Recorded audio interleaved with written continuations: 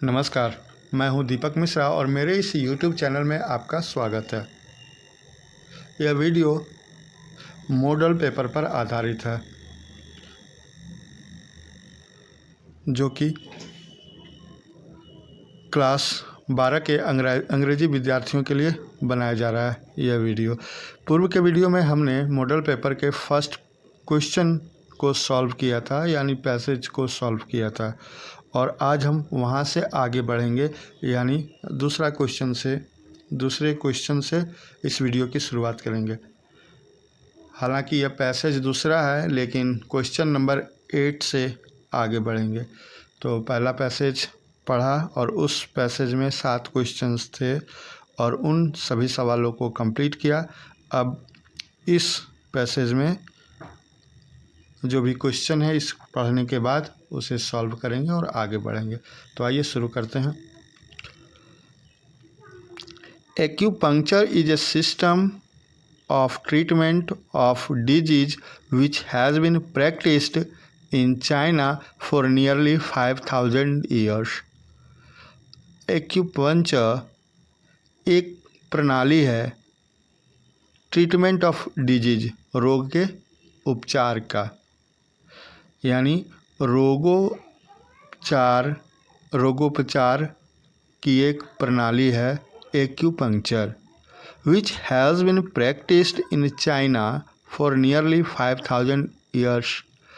और चाइना में इस विधि का प्रैक्टिस लगभग 5,000 वर्षों से किया जा रहा है। It consists in the rapid insertion of fine steel needles about 6 centimeter long on particular spots on the body of the patients. इसमें क्या है, बहुत ही तेज़ी से इंसर्शन किया जाता है, शरीर में इंसर्ट किया जाता है कुछ नीडल्स, सुइयों को, और ये सुइयाँ लगभग 6 सेंटीमीटर लंबी होती है और वह शरीर के, यानी मरीज के, पेशेंट के शरीर के एक खास स्पॉट में, एक खास केंद्र में इसे इंसर्ट किया जाता है। After inserting the needle, the doctor twirls the needle between his thumbs and forefinger. सुई इंसर्ट करने के बाद डॉक्टर नीडल को अपने थंब और फोरफिंगर, यानी अंगूठे और तर्जनी के बीच घुमाते हैं। There are hundreds of acupuncture points on the body. और हमारे शरीर में सैकड़ों की संख्या में एक्यूपंक्चर के बिंदु हैं, पॉइंट हैं। When a puncture is made on a spot on the body, जब शरीर के एक स्पॉट पर पंक्चर किया जाता है, एनर्जी फ्लोज फ्रॉम देयर, वहाँ से ऊर्जा प्रवाहित होती है। एलंग लाइन्स, रेखाओं के साथ, नन एज मेरिडियंस, और ये रेखाएं मेरिडियंस के रूप में जानी जाती है।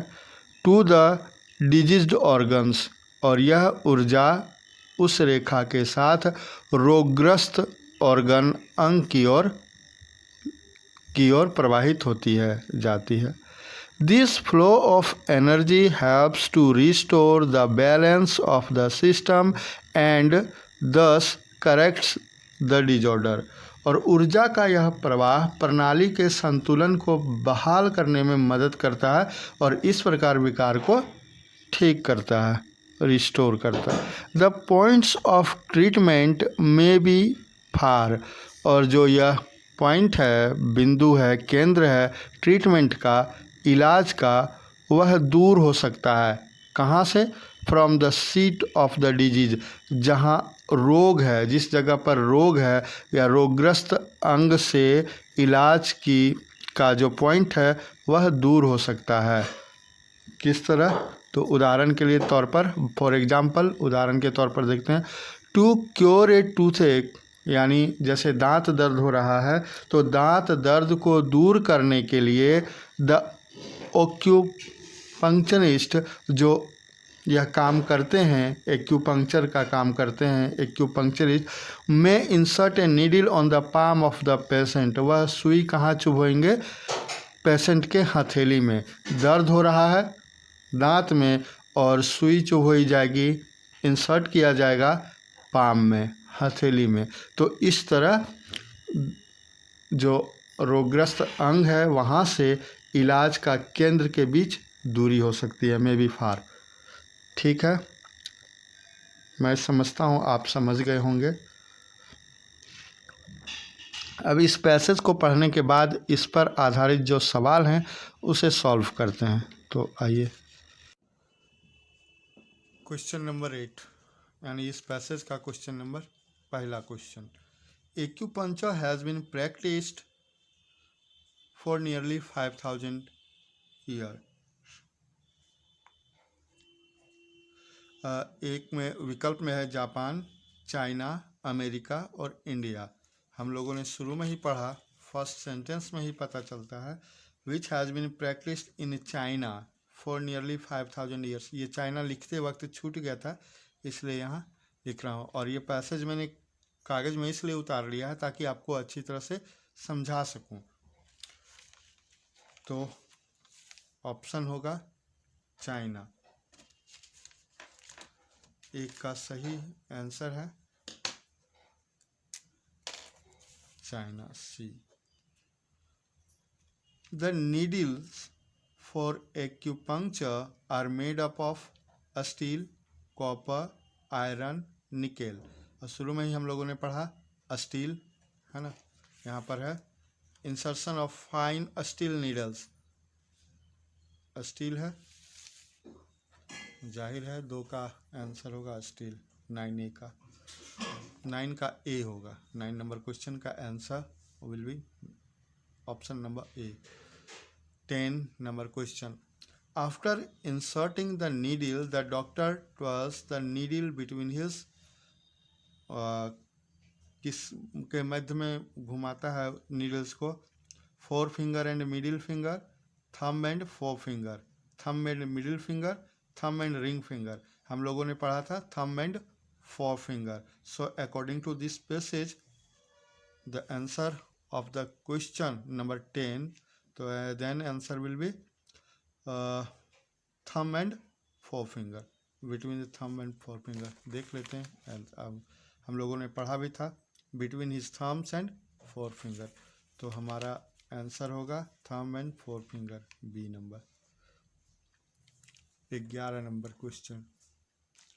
What flows from the spot on the body along the lines known as meridians to the diseased organs? तो यह हम क्या प्रवाहित होता है? तो एनर्जी प्रवाहित होती है, ऊर्जा प्रवाहित होती है। हम लोगों ने पढ़ा व्हाट फ्लोज, तो द फ्लो ऑफ एनर्जी, इसके पहले था एनर्जी फ्लोज, तो एनर्जी, सी नंबर। ब्लड भी नहीं है, फूड भी नहीं है, लिम्फ नहीं है, एनर्जी होगा आंसर। तो इस पैसेज से रिलेटेड जो क्वेश्चंस थे उनका जो वैकल्पिक उत्तर है वो ये सब है। अब आगे बढ़ते हैं।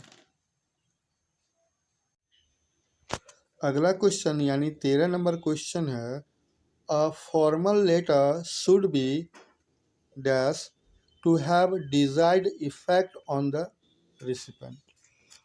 तो इसमें है ए में इन द प्रॉपर फॉर्मेट, 2 में to the point and relevant, C विकल्प में है ग्रामेटिकली करेक्ट, और डी में है ऑल ऑफ दीज।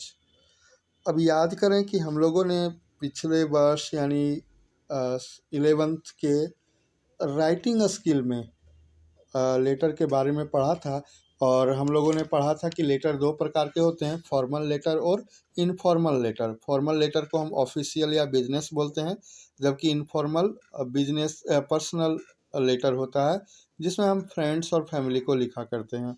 तो जब हम अपने फ्रेंड को लिखेंगे या फैमिली में लिखेंगे तो हमारे पास थोड़ी स्वतंत्रता होती है कि हम अगर पालन न भी कर पा सकते हैं लेटर राइटिंग के नियमों को तो चलता है, लेकिन फॉर्मल लेटर जो कि ऑफिशियल और बिजनेस होता है उसमें हमें हर हाल में पालन करने होते हैं, जो भी नियम कायदे हैं लेटर के।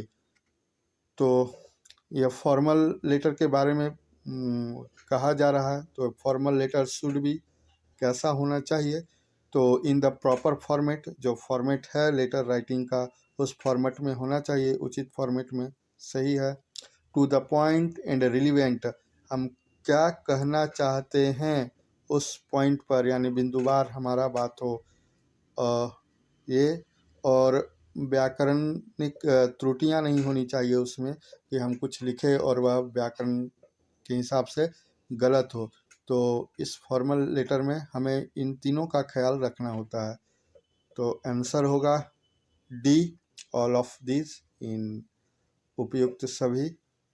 तो 13 का आंसर होगा डी। ठीक है, आगे बढ़ते हैं।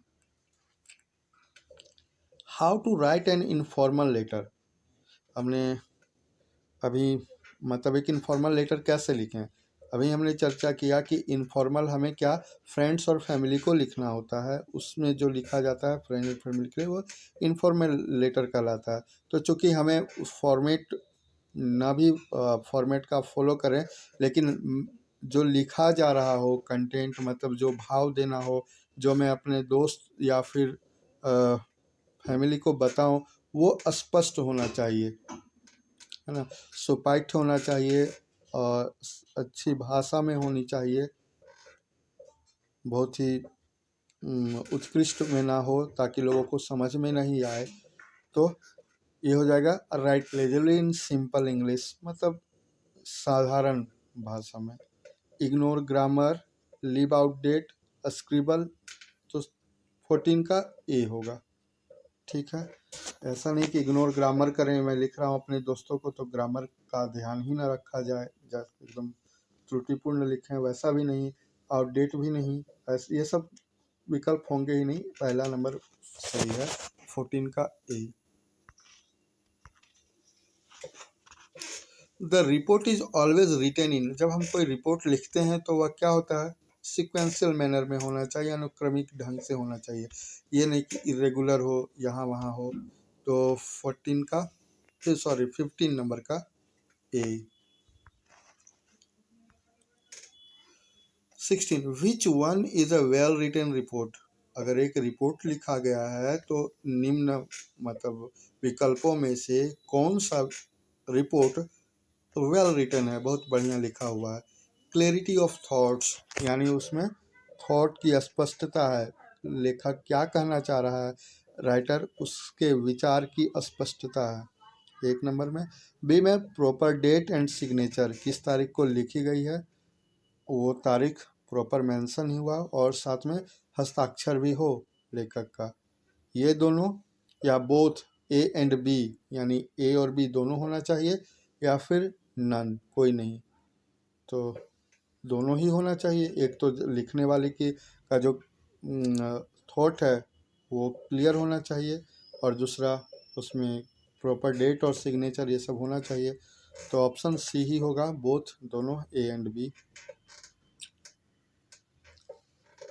17, short paragraph thanking any person or organization which gave you help in collecting data is called, मतलब एक पैराग्राफ जो लिखा हुआ है एनी पर्सन और ऑर्गेनाइजेशन, जो थैंक करता हो किसी भी व्यक्ति या फिर ऑर्गेनाइजेशन को, और साथ ही साथ वह डाटा कलेक्ट करने में हेल्प भी करता है, तो उसे हम क्या कहते हैं, एक्नॉलेजमेंट। आपने पढ़ा होगा, ध्यान रखें, क्योंकि समरी, इंट्रोडक्शन, ग्लॉसरी ये सब तो कुछ होना नहीं है। 17 का ए। आर्टिकल, हम आमतौर पर बोलते हैं यह आर्टिकल मैंने पढ़ा या फिर यह आर्टिकल पढ़ें, तो आर्टिकल पढ़ते ही क्या भाव आता है, एक लेख लिखा हुआ है जो एकदम विस्तृत ब्यौरा हो उसका, लंबा चौड़ा, यानी कि 10-5 लाइन में एक पैराग्राफ ख़त्म हो जाए, पैसेज ख़त्म हो जाए, ऐसा ही नहीं कि लंबा चौड़ा जो राइटिंग होती है जिसमें विस्तृत ब्यौरा मिलता है, कहीं एक भी इंफॉर्मेशन छूटती ना हो, तो उसे आर्टिकल कहते हैं। तो ऑप्शन कुछ इस प्रकार हैं, शॉर्ट पीस ऑफ राइटिंग यानी छोटा लेख, लॉन्ग पीस ऑफ राइटिंग लंबा, एग्जीग्रेशन ऑफ लाइस, और ऑल ऑफ दिस। तो बी नंबर होगा long piece of writing. 19 number states the name of the writer, जैसे लिखा रहता है लेखक का नाम, या फिर न्यूज़ हो या आर्टिकल ही हो तो हम उसे क्या बोलते हैं? हेडिंग। हेडिंग तो नहीं बोलते हैं, ऊपर जो शीर्षक होता है वह हेडिंग होता है। बाईलाइन, डेटलाइन, डेटलाइन भी नहीं होता राइटर का नेम। और नन ऑफ दीज, ये तो नहीं है, तो आंसर होगा बाईलाइन। हम बोलते हैं ना यह आर्टिकल बाईलाइन है, यानी नाम के साथ है, यह न्यूज़ है, बाईलाइन है, तो बाईलाइन ही होगा जो नाम कहता है। What is the chief purpose of notice writing? जब हम नोटिस लिखते हैं तो उसका मुख्य उद्देश्य क्या होता है? To boycott the students, to inform others, to take information from authorities, none of this. तो हमारा उद्देश्य होता है कि अन्य लोगों का तक सूचना पहुंचाए, उन्हें सूचित करें, तो टू इन्फॉर्म अदर्स। ठीक है, तो आज के वीडियो में हम यहीं तक रखते हैं 20 नंबर क्वेश्चन। कल के वीडियो में संभवतः 21 से 40 तक मैं कवर कर लूँ। ठीक है, उम्मीद करता हूँ यह वीडियो पसंद आया होगा और आपके लिए लाभकारी होगा। वीडियो देखने के लिए बहुत बहुत धन्यवाद।